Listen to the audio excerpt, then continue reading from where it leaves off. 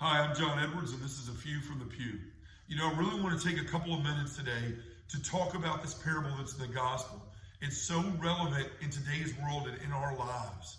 Jesus tells the story of a man who's having a dinner, and he's invited people once with an invitation, and a second time he sends out the servant to go and tell people that it is now time to come to this dinner, to this banquet. So the servant goes out and he runs into one man that says, I cannot come. I have fields that I have purchased and I have to tend to them. The second man he goes to says, I have purchased oxen and I must take care of them. The third person says, I've just been married and I have to see to that. All three people reject the invitation of the Lord. One, because he's a businessman. He has business deals with his land, and that's more important than the invitation of Christ. The second man has oxen. He has possessions that have become more important to him than this invitation of Christ. The third person has become married, and he's consumed with the pleasure that's going to come from that night of becoming married. And it's more important to him than Christ.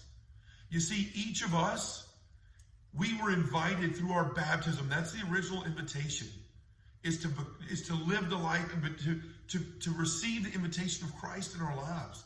The second invitation is when Christ comes calling for us to make good on that promise we made that we would come to the banquet that he's prepared for us. So when we accept these things in our own lives, this power, these possessions, these pleasures, these other things in the world today that call us over the invitation, over our word that we gave to Christ, then we're not living the life that we're called to live. That's what we've got to see in that parable today. Is it's not just about three men and a story from years ago. It's about where we are in our individual walk with Christ today. We've all been baptized. We've all received our invitation. Now we have to make good on that promise when he comes calling.